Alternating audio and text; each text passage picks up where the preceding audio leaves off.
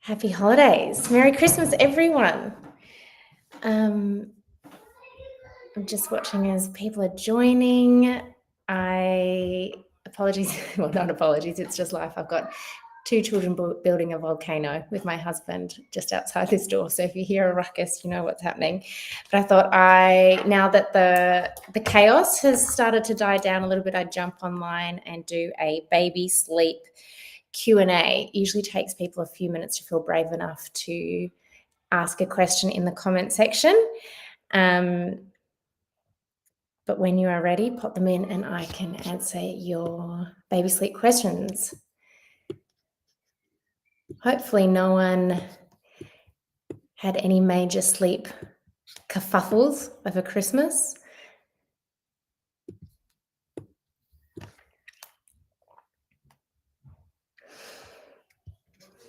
I've just got my coffee here. I've just been inside my Snooze membership answering a couple of questions in there. So if I ever miss your questions, we've recently just launched my new baby sleep membership, Snooze, where you get immediate access to all of my age-based courses. So newborn 3 to 4 month course, the best-selling 5 to 12 month, and now a new toddler toolkit as well. And you also get me and another amazing sleep consultant, Beck, in the forum Monday to Friday. You can brain dump your questions in there, and we do live weekly group coaching calls as well. All right, we've got a question here on TikTok, when to make the 3 to 2 nap drop. This is the perfect question, and actually I have a podcast episode all about it. It was our very first podcast episode, was about trying to hold on to the third nap for as long as possible.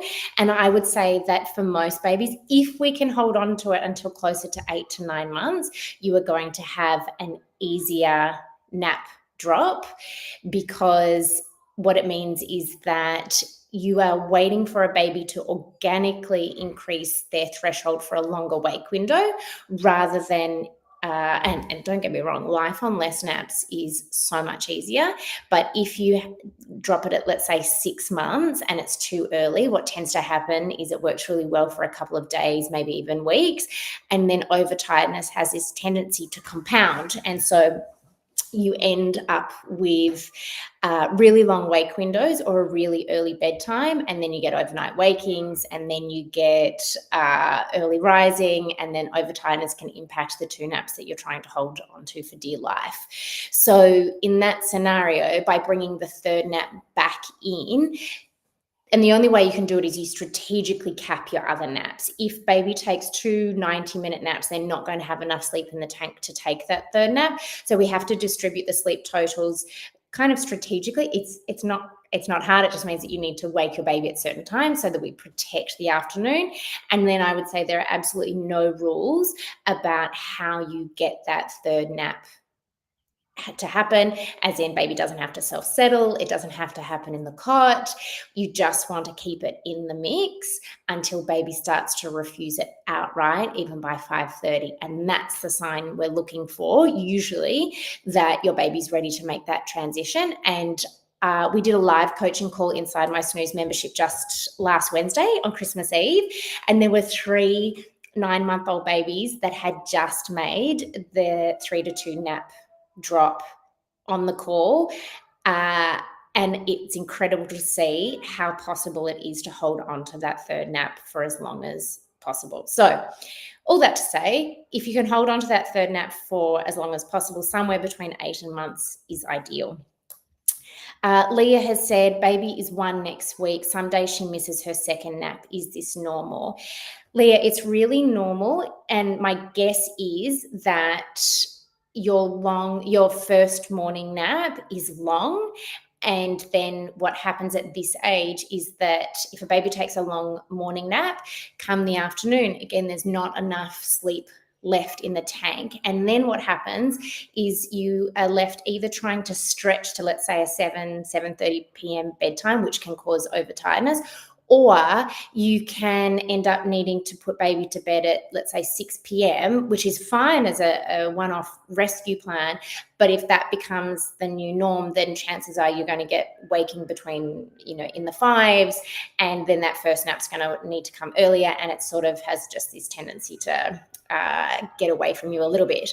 So what I would say, goes for 1.5 hours in the morning, 10:30 to 11. So that's the exact scenario. So this is where I would actually encourage you to get on the transitional schedule that I use for a lot of babies aged 12. I usually like to have babies on it by 14 months, but definitely would start it at 12 months, and we need to do a switcheroo. So you do a short, long. So I would cap that first morning nap at 10 till 10:30.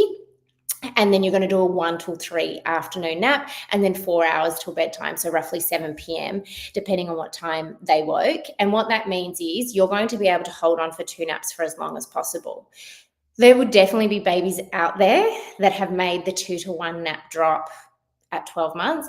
For me personally, as a sleep consultant, also as a mother, I have never made the nap drop that early. 14 months would be the earliest that I have done it, and that is after I have exhausted all other options, and that baby is a 10 out of 10 sleeper. So by moving to the transitional schedule, you buy yourself some time with 2 naps. The other thing is that I'm always looking to future-proof sleep for families. I'm always looking at what's coming next. You don't have to. I do that for you.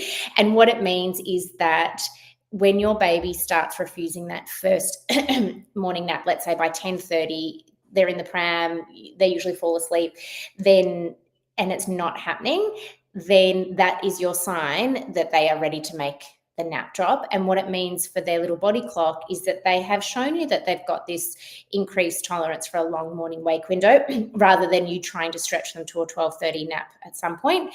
And it means that you're going to have a smoother nap transition. So I would do a switch, and it means that you were not left with the scenario of a long wake window in the afternoon, early bed. So scenario. That was a really long way of saying swap your naps around and get on a short long. I'm Caroline. My 10-month-old used to self-settle, no problem, but now he will only sleep if cuddled. Any advice? Absolutely. This is the 8 to 10 month stage is one of the most common age groups that I work with. There's a lot that goes on, and it's commonly, when wobbles occur at this time, it's commonly referred to sort of an umbrella term of the 8-month sleep regression.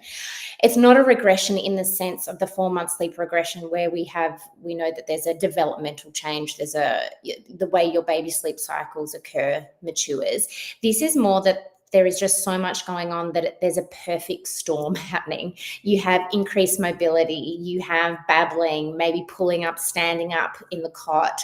Some babies are already starting to walk. Separation anxiety starts to peak, increased amount of solids. It all sort of culminates at around this time, and it can then manifest in some sleep issues.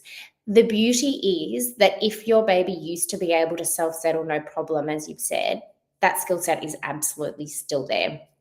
It could also be that there's been illness or travel, something where new habits or old habits potentially have needed to come back in, and then that's become the new status quo. Whenever this happens, we do the same thing. We go back to the foundations of great sleep. So we make sure that baby's on 2 solid naps, 3 milk feeds, 3 meals of solids, that the wake windows are optimal, that the sleep environment is also optimal, the bedtime routine, nobody's feeling rushed, we have everything staggered in the right places, and then you can look to re-sleep train bedtime to entice those self-settling skills back out. If cuddling to sleep is not sustainable, then that's where you need to hit a bit of a reset on the self-settling skills. The beauty is that because your baby has been able to do it, you're not actually asking them to do anything that they don't already know how to do. It just will feel a little bit like night one again, because they're just not in on the plan, that they don't know that you've decided, I want to go back to self-settling, and so you just need to follow through consistently. But before you even get to the technique implementation, you have to make sure that the day has set the stage for success. All of my scheduling month by month, where to put your milk feeds, where to put your solids, the techniques in the room, out of the room are all in every single age-based guide. So Caroline, if you need support, jump into my Snooze membership. You'll get immediate access to the course, but you'll also get me in the forum answering questions. Plus there's members from all around the world living and breathing exactly what you're going through. And so you'll find a huge amount of support and solidarity. Hi, my 21-month-old suddenly hates a cot, will be asleep until transfer happens. This could very well be it could either be the 18-month regression that's hit a little bit late or an early manifestation of the 2-year regression. Both can be very, very similar. Usually with the 2-year regression, I see more about the day nap rather than the nights, and the 18-month sleep regression I usually see manifest at bedtime primarily. A lot of it is developmental in terms of boundary pushing and autonomy seeking, which is absolutely your toddler's job. They are not doing anything wrong. And it can feel quite abrupt and a bit rude, if I'm honest, because it can affect even the best of sleepers.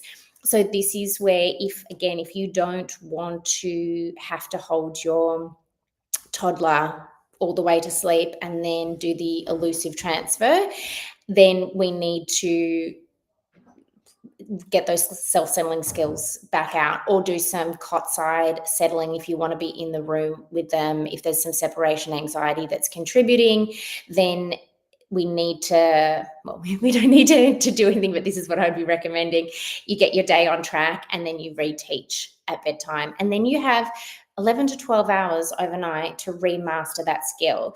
And I definitely won't sugarcoat it for you. Sleep training a toddler is harder than sleep training a 5 or 6 month old. They can stand up, they are strong-willed, all of the amazing things that a toddler's job can make it trickier. But you can borrow my mantra, which is, I am your unflappable leader. You don't have to be panicked. You don't have to be alarmed. You just need to guide them through it. And I sleep train toddlers all the time. It is absolutely possible. But I just want you to have that, so you don't think, oh, it'll just be like when I sleep trained my 6-month-old. Yes, she was amazing at self-settling and being placed in the cot and going to sleep. Hates it now. It's really, really common, but that will come back. Absolutely. And what I will say is that a lot of families, and Talia, I'm not sure, this may not have crossed your mind, but a lot of families will think, maybe I need to drop the nap. I definitely would not be doing that at 21 months. And the other thing is that a lot of families think, oh, it might be time then for a big bed, and I absolutely would not be doing that either. I would just be really holding steady, calmly, getting back on track, and knowing that this is so normal and common for so many toddlers. Bev, hi Sally, 18-month-old, naps 12:30 to 1:30 and a 7:30 bedtime, wakes overnight at 12-ish, never slept through, help. Bev, there'd be quite a few questions that would come to mind, particularly with that added context of never slept through the night, which that's no problem. It just makes me wonder, do we need to teach the self-settling and then follow through overnight? For me personally, at 18 months, I'd be looking more for a little bit more day sleep. I'd be doing more like a 12:30 till 2:30, and then a 4 to maybe max 4.5 hour wake window if they were a great sleeper. I've even had a 20-month-old that I worked with just recently, and we nap train, and we got a 12:30 till 3 nap with a 7 p.m. bed, and that's a little bit older. So it could be that there's a little bit of overtiredness that's then causing that overnight waking. But if it's never been, if you've never experienced sleeping through, then I would probably suggest we need to couple that with a little bit of sleep training to say, this is what's going to happen at these overnight wakings. But again, in order to get there and for that to be productive and for us to minimize tears, even if you're in the room, then we need to make sure that the day nap and the timings isn't leading towards an overtired waking. And I think there's so much, oh, babe, if he can self-settle for naps and if he can do this for naps, then he can absolutely do it overnight. Then we probably need to do a schedule change. And then for me to find out what you do overnight and see how we can do a little bit less. Oh, I've just lost TikTok. Hang on. How we can do a little bit less. Oh, I always lose TikTok. It's so temperamental. The 18-month sleep regression is definitely tricky, as is the 2-year regression, and you'll find modules on both of those inside the new toddler toolkit. Sorry, I'm just messaging my tech support husband to say, we've lost TikTok.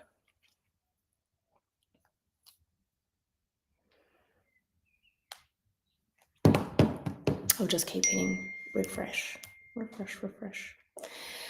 But Instagram, if you've got any questions, you've been very shy. Feel free to drop them in the comment section there. I think one of my main suggestions around toddler sleep regressions is that I wouldn't be recommending moving to a big bed before you absolutely have to. For context, my son is 4 and we were just away in Queensland and he slept in a bed, no problem, but he actually sleeps in a cot at home, not because he needs a cot, but for him, that's just his bed. He did not even ask when we got back from him sleeping in a bed while we were away. He just knows that's his bed, and I am often putting 2-year-olds back into cots to try and preserve sleep. And the other thing to consider is that it's actually even though toddlers want all of this, their autonomy seeking and their job is to push boundaries and figure out how far can I go with any of this, impulse control is not their job. And nor does it have to be. But the other thing is that I often work with toddlers where there is actually a lot of change happening around them. So it could be that we're having increased days at childcare. Maybe you're going to be bringing home another baby. There are lots of things that can also be happening around them. And knowing that their cot is their safe space, that doesn't have to change. They have that sort of physical reminder of like, you don't have to worry about anything once you're in here. You don't have to do anything. Then it can be so helpful to keep the cot. Even if you are bringing home a second baby, I would be recommending that you get a second cot for that next baby, so that nothing has to change. Sorry, I'm just still having tech issues with TikTok, don't mind me. Courtney has asked, my baby slept through the night so well from 6-ish weeks to about 7 months old. She's now 10 months old and wakes between 2 and 5 a.m. almost every night and will not calm down unless she is put in my bed. 2 thoughts, Courtney, that immediately jump out at me. One is that 2 to 5 a.m. can often be the coldest part of the night. And so what I often see is that babies that then come into bed with their parents that then go back to sleep, it could be that they were waking a little bit chilly and then they get your body heat and the doona and they're able to, sorry, TikTok's back apparently. They're able to go back to sleep. So what I would be doing is having a look at depending on where you are in the world, Courtney, the room temperature. If there is air conditioning on, if you're in Australia and you've got the air conditioning on, then that is, I'm going to sound like I'm mansplaining here, that's actually going to make the room feel colder because it's blowing the cold air. So I would be making sure that they've got the right layers on underneath, the right TOG rating of their sleeping bag, and then making sure that for 2 to 5 a.m., even though environmentally you may have it set, we still drop a couple of degrees. So that's the temperature chat. Then I would say, is there a scheduling cause potentially of this early wake? Are they hitting overtiredness, or at some point have they, and now it's habit? And then in terms of habit is if you don't want to end up bringing baby into your bed, you need a consistent resettling technique that you see through until baby goes back to sleep.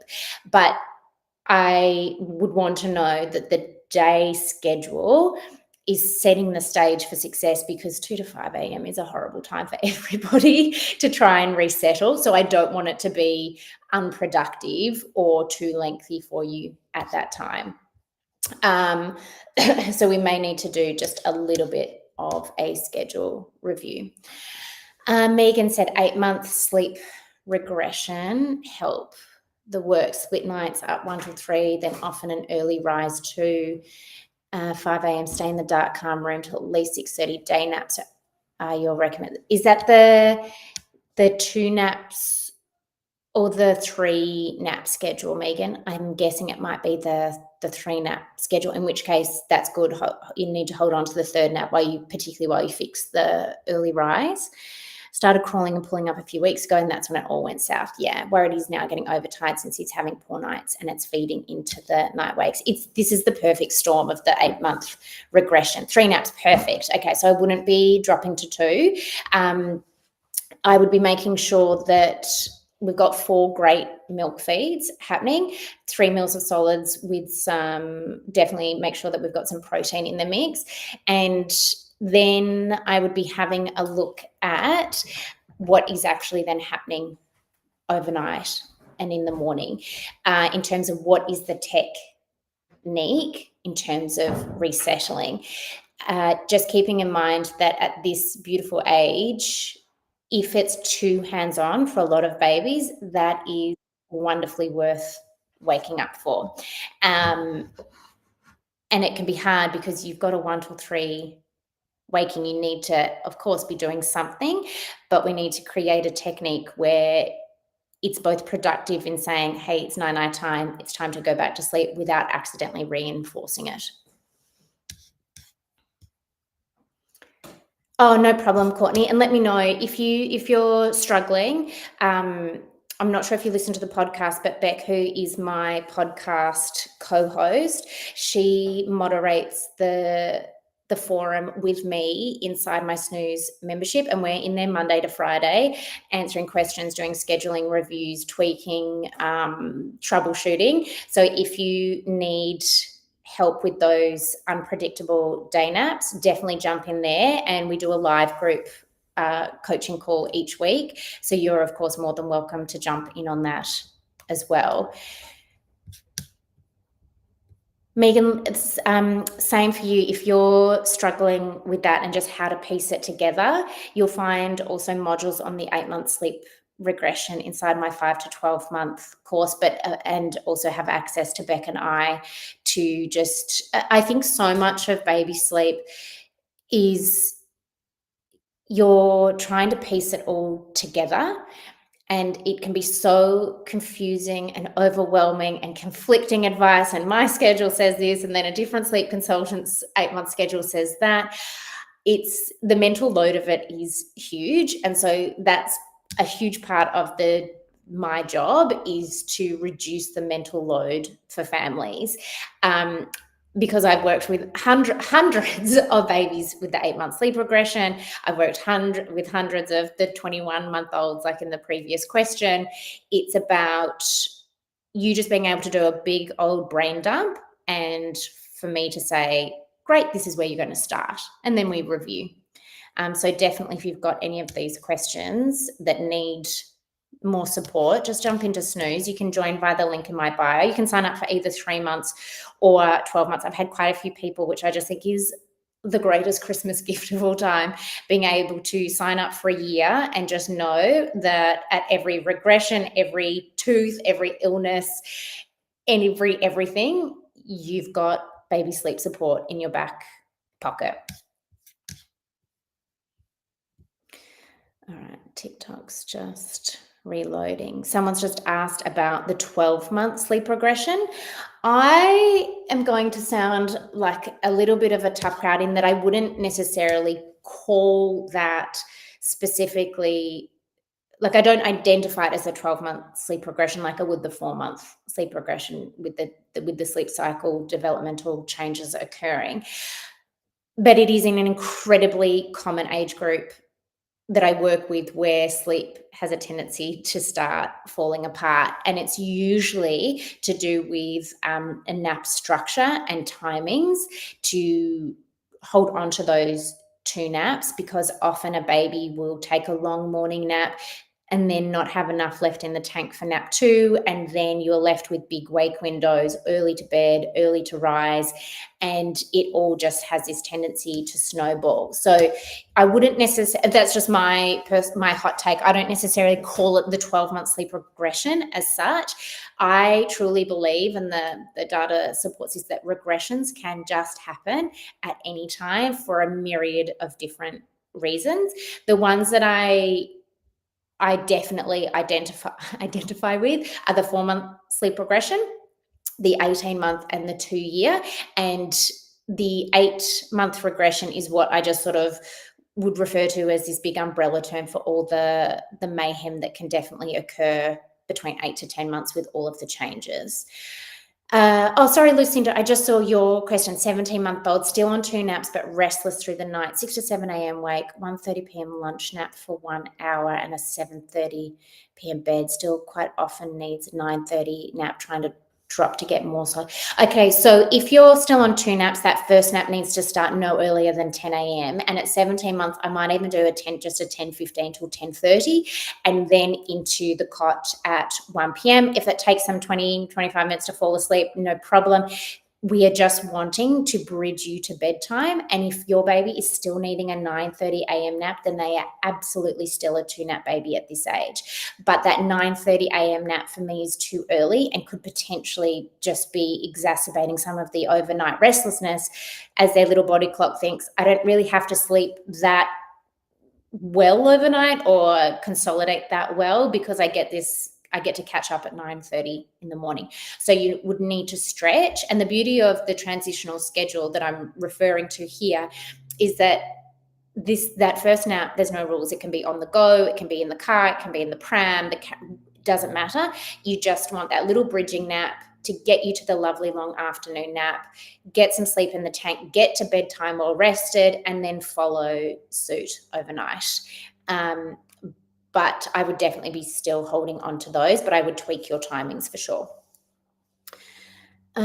What age would you recommend dropping from the 2 to 1 nap? My 12-month-old has been stretching bedtime to 8:30 and wondering if this is a sign to drop to 1 nap.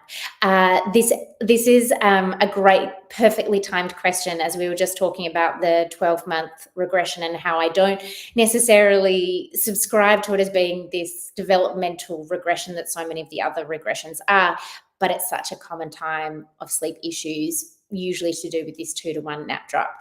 I would say that the 2 to 1 nap drop usually happens somewhere between 15 and 18 months. And I wouldn't be doing it at 12 months personally. Instead, what I would be doing is restructuring your day to move to a short long, which may short long nap structure. So a little short cat nap in the morning and then a lovely long afternoon nap. And what that does is that sometimes babies, if they've struggled during the day, that it may not be that the sleep pressure isn't high enough to go to sleep until 8:30. It may be that they're actually a bit overtired, in which case they get a second wind. It's like they've had a shot of Red Bull, and then we say, can you go to sleep and can you stay asleep? And they're just too little and they get a little bit wired and emotionally fragile. So I would actually be doing a 10 till 10:30, a 1 till 3, and a 7 p.m. bed. Now, the follow-on question that people usually ask, and understandably, is why such a short wake window between nap 1 and nap 2? That seems crazy, and I hear you. It's because that first nap, whether it's 15, 20 minutes, max 30, I would not be going even 1 minute over 30 minutes at this age, it's not a full restorative sleep cycle. It's just the way I visualize it is if you have a rice cooker and, the button on the back where you press it and it just releases a little bit of steam, versus when you take the whole lid off and your glasses fog up and the whole room fills. This is just releasing a little bit of sleep pressure so that you go into nap 2 well rested and you fill out the second half of the day. So yes, wake him at 30 minutes. I would not a minute longer, purely because at this age, a 35-minute nap is a game changer compared to 30 minutes. Like, you're going to struggle with nap 2, so it needs to be strategic. And I appreciate, I probably sound really neurotic with these timings, but I work with families to solve their sleep issues. And so my job is to do all of that thinking and to give you incredibly clear step-by-step instructions so that you don't have to do any more of the thinking. You've already been doing it. You've already been trying to figure it out, and piecing it all together. It's like, Jesus, take the wheel, except Sally, the sleep concierge. Sydney's asked, what would you suggest as an ideal wake window for a 4-month-old? We appreciate the neuroticism. You're welcome. I found my people. For a 4-month-old, I'd be using roughly a 2-hour wake window, maybe 1 hour 45 for that first wake window. It's usually the shortest one for most babies. And developmentally, knowing that at 4 months old, it's still completely appropriate to be having short naps. Some babies can start to consolidate their naps. I had on our live coaching call inside my Snooze membership last week, we had 2 beautiful 4.5-month-old twins in New Zealand. One's nailing longer naps, and there's one that's struggling with it a little bit more. Both are completely age appropriate. The complexity is navigating 2 different schedules with 2 different babies. But I will happily take 4 45-minute naps at 4 months old. I will often also, as a baby gets closer to 5 months, maybe start working on 3 naps, but have a backup plan if nap 2, which is the longest one on my schedules, doesn't go to plan, so that you're not left having to quickly calculate wake windows and whatnot. So it feels like 3.5 naps to help keep you on track.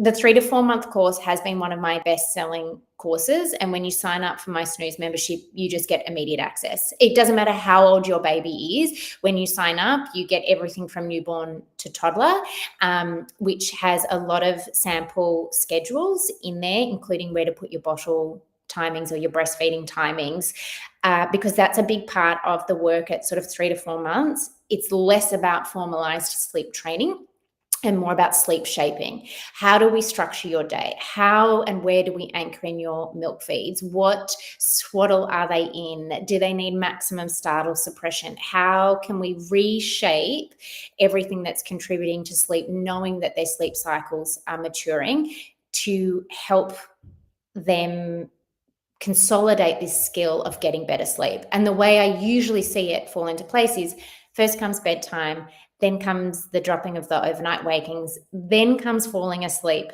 for a nap in terms of self-settling, and then comes linking a sleep cycle.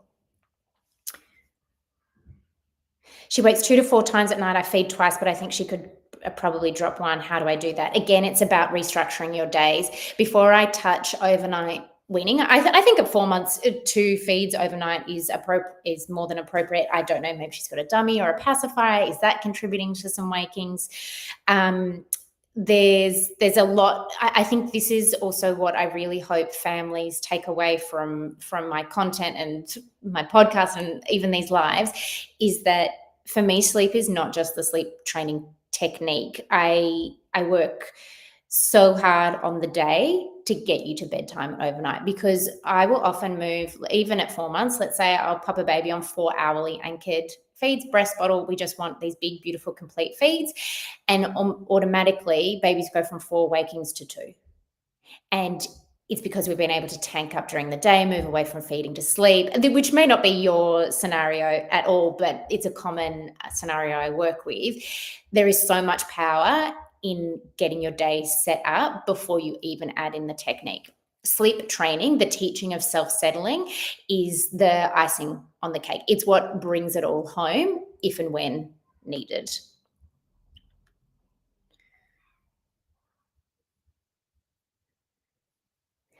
Amy says, my 8-month-old is so tired and cranky after 2-hour wake window, so still on 3 naps but restless at night. I would definitely keep the 3 naps, but I would be doing something more like a 9:30 till 10:15, a 12:45 till 2:15, and a 5 till 5:30, even a 5:15 till 5:30, and then bedtime 2 hours after that because it's only a short afternoon nap, and so that you redistribute sleep pressure sort of appropriately.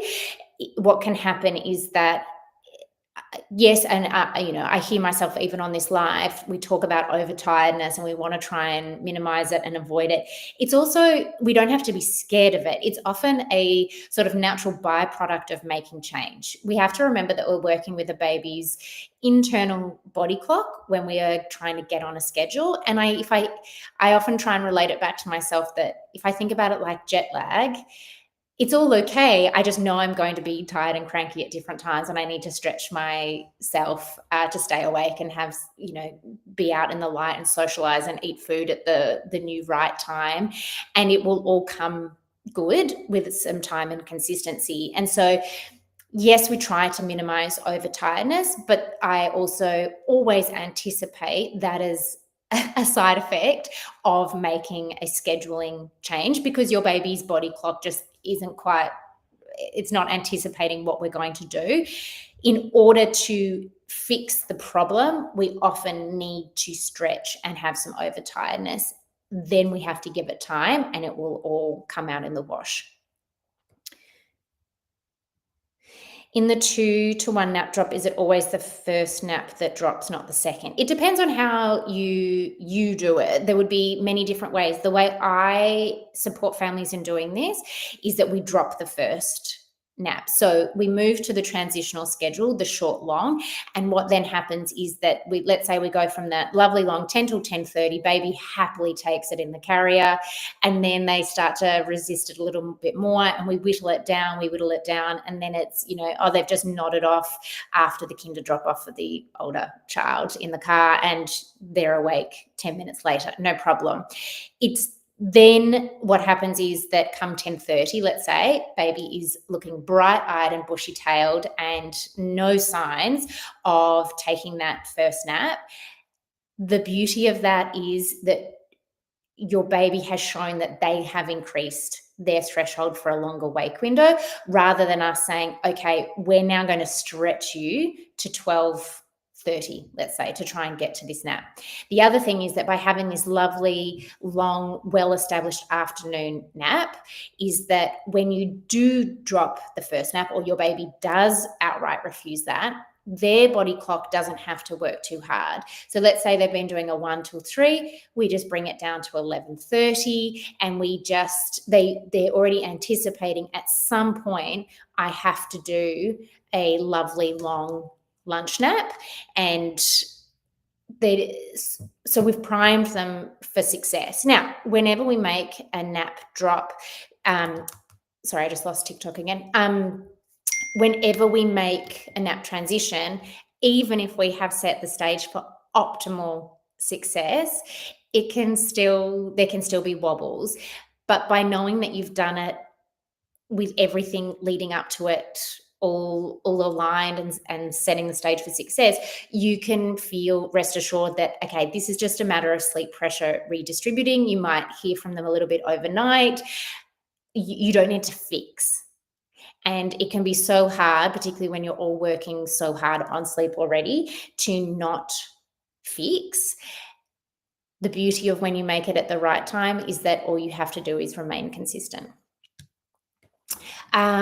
Brie, my baby is 15 months old and has not been through the night now for the past 1 or 2 months. She wakes up every 2 hours this past week, and before it was only at 2ish in the morning. I've never got the hang of put down, drowsy but awake, so I have to rock her to bed. She's been napping for 1.5 to day, 2 hours, 12, 20. She will only go down if I pick her up. Please help. Okay, so this is a great age to I would be putting her back on the transitional schedule. At 15 months, if you've got overnight and bedtime issues, I would absolutely be bringing back the second nap. Sorry, I'm just rereading the timings of your question. So that you don't, that the cause of the bedtime and overnight issues isn't overtiredness. And this is what I see. If that nap transition has happened a little bit too soon, it works beautifully for a little bit, and then the wheels start to come off. Even for young babies, don't need families to find the elusive state of drowsy but awake. I actually want awake, calm but awake if that's possible. Otherwise, just awake, because one of the main jobs for me as a sleep consultant is teaching self-settling. So that act of being able to make the transition from awake to asleep on their own.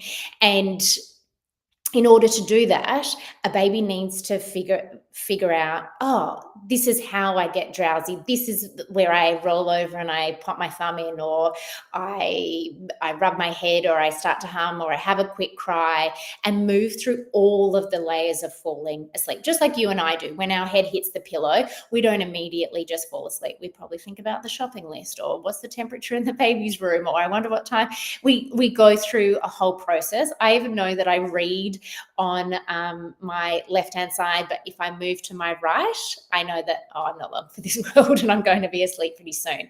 So when we teach self-settling, if we do drowsy but awake, which can be helpful for some families just when they're sort of dipping their toe into making change, then we want to go from awake to awake so they have that opportunity to do that. If rocking your baby all the way to sleep is not working, not sustainable, then teaching self-settling is going to be the solution there. But before you do that, I would absolutely be going onto 2 naps. The other thing is that then what happens is, let's say you have your sleep training technique at bedtime, and then she wakes up every 2 hours overnight. You just do the same thing overnight, because what can then also happen is a habit forms that I get rocked all the way to sleep and pop down, and then I finish a couple of sleep cycles. I'm a bit overtired, so I'm having a hard time getting into the next one. I'm going to pop up awake. Hang on. Wasn't I in mum's arms? Where am I? And I'm not sure how to do this on my own anymore because I'm really tired. So I'm going to call out and cry until I get rocked back to sleep.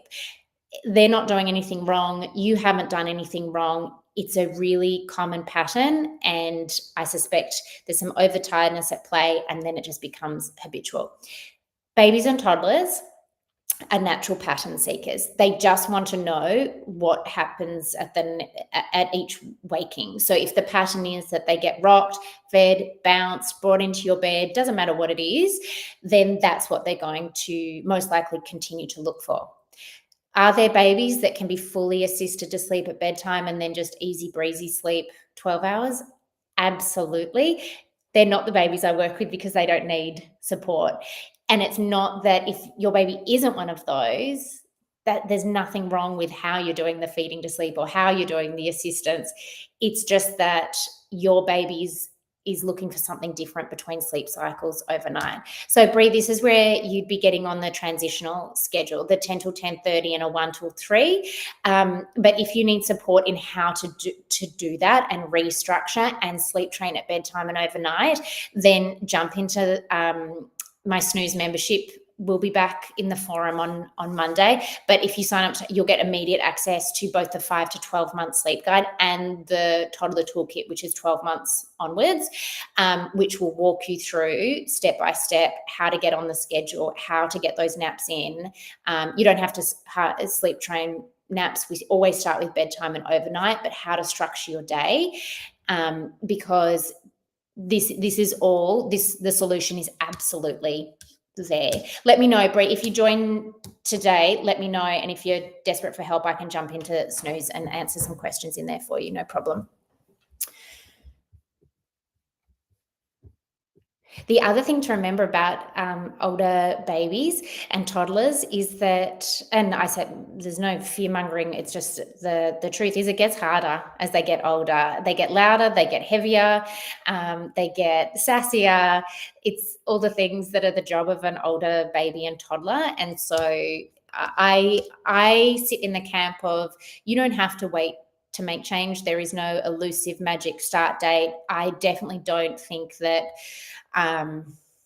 we have to subscribe to this too shall pass, because I work with 20-month-olds that have been doing tricky sleep for 20 months. And I just think there's no time like the present to make active change and regain sleep for the whole family. I know that I am a better mother, a better parent, a better everything when I sleep well and when my children sleep well. So that's what I help families with. Families around the world. I was just chatting to a family in Michigan, in Iowa.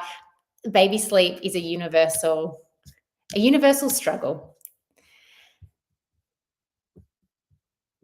Tori, my baby is 7.5 months old, and for the past week has been demanding his last feed of the day at 5 o'clock before his cat nap. He seems legitimately hungry and will even eat another full feed at 7. So at 7.5 months, if you're on 3 naps, I'd be having 4 full milk feeds, and it could potentially be that we need to bulk out the lunchtime solids, because when you move to 2 naps rather, you'll move to 3 milk feeds, and we need to. Food before 1 isn't just for fun. We want to create this beautiful balance of great milk feeds, still so incredibly important, and an increased need for solids and nutrition in a different form, particularly as babies are on the move and they want to start pulling up and crawling and doing all of that. So without knowing the full picture here, I would be saying, can I see the timings of your feeds? Because you might be having a 7:30 bed, in which case you'd be doing your full feed at 7. So I just want to double check, where are you structuring your feeds and where are your solids and what is the volume, and have you got some protein in the mix? I mean, of course, how and when you feed your baby is completely up to you. I work with families where I micromanage it so that we can meet your sleep goals across the whole 24 hours. So I have a particular way in which I would tackle this. If it's working for you, you don't need to change, but that's where my head would go. We need to do a bit of a schedule review. So Tori, also feel free to, you're on the 3 months. Yeah, solids can probably be bulked up. If you want me to take a look and we can go through how many cups and all of that in terms of your schedule, then we can definitely do a schedule review inside Snooze. But if you think solids can be bulked up, then that would potentially be a place to start. All right, I can hear my children. They're making a volcano out the back. Santa bought a volcano kit, so that's what they're doing. I don't know if anyone can hear it. Sounds joyful. All right, well, I have lost TikTok, so all of those questions have gone. If anyone else on Instagram has a question, let me know. Otherwise, I think I might have answered them all, in which case I might log off and go and help out with the volcano making. Tori, you're the best. Thanks so much. Oh, my absolute pleasure. I am here to help. Nothing that anybody asks, says, is experiencing, I can guarantee you, is anything I haven't seen before. And not to say that not every family is unique or not every baby is different, but you are just so not alone in any of the sleep struggles that you are experiencing. And I know that there's a family in my Snooze membership who's in Ireland, and she says that she reads everyone's questions and responses inside the forum when she's up feeding at 3 a.m. And I just love knowing that she's up in the night, which can feel really lonely, and know that on the other side of the world, people are experiencing the exact same thing. So you are never alone in any of this, and I'm always here to help. So if I'm about to log off and I've missed your question, go and jump into my Snooze membership. So you can either sign up for 3 months or a whole year of baby sleep support. It will also be the greatest gift if you know of someone who's about to have a baby. We don't need any more swaddles or socks. Give them a membership so they'll get access from a newborn to toddler guides, as well as me and my podcast co-host Beck. We are we are in there Monday to Friday answering questions. We do live group coaching calls. And on January 12th, we are starting Camp Snooze, which is a 2-week virtual group sleep training program, which we are so excited about. And I actually don't think it exists. We are 2 sleep consultants that will be doing this with families around the world. And Courtney, yes, I help so many families in the US, and there are so many families in the US in my membership. Absolutely. I just got a booking. You can still book one-on-one as well. I just got someone just signed up today and added on a one-on-one consultation, and they're in the States. So absolutely. The thing to know is that if you add on a consult and you can't see, no matter where you are in the world, and you can't see a time that aligns with your time zone, no problem. You just let me know where you live, and I'll make it work. The trickiest time zone is always families with the UK, but I've worked with families in Honduras, Chile, Hawaii, the UAE. I work with a lot of families in the Middle East and the UAE, Qatar, anywhere and everywhere. So Courtney, definitely don't let it hold you back that you are in the US. So all you need to do, just go to the link in bio, join us, and we will solve your baby sleep issues. Alrighty, on that note, oh, hi, Benji. You're the best. You've got 2 great sleepers. I've loved helping you as well. And I loved running into your wife at the shops. We had a nice hug while we were lining up to get sushi. I'm going to sign off and go and make a volcano with my children, but Merry Christmas and happy holidays to everyone. I am going to be doing a lot more of these, but if I have missed anything, you know where to find me, either in my DMs or jump into Snooze, and you have a sleep consultant in your back pocket 24/7. So I'll love you and leave you. Have a wonderful day, and I will see you soon. Bye.